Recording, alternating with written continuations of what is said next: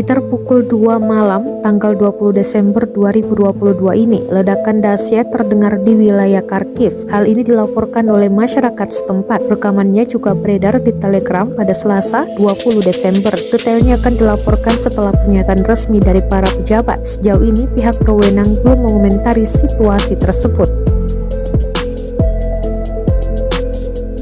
Pada saat yang sama, serangan udara di wilayah Kharkiv tidak diumumkan. Sebelumnya lampu padam pada pukul 22:41 tanggal 19 Desember. Selanjutnya pukul 2, informasi tentang ledakan di wilayah Isium juga muncul di jejaring sosial. Detailnya sedang diklarifikasi.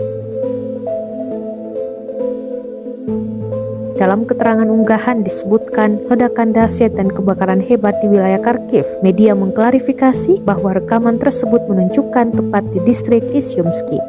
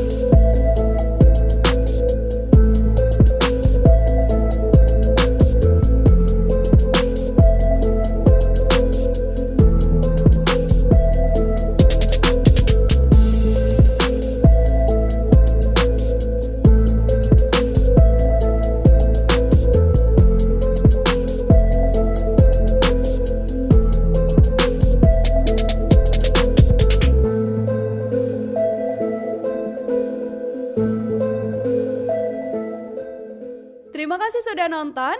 Jangan lupa like, subscribe, dan share ya.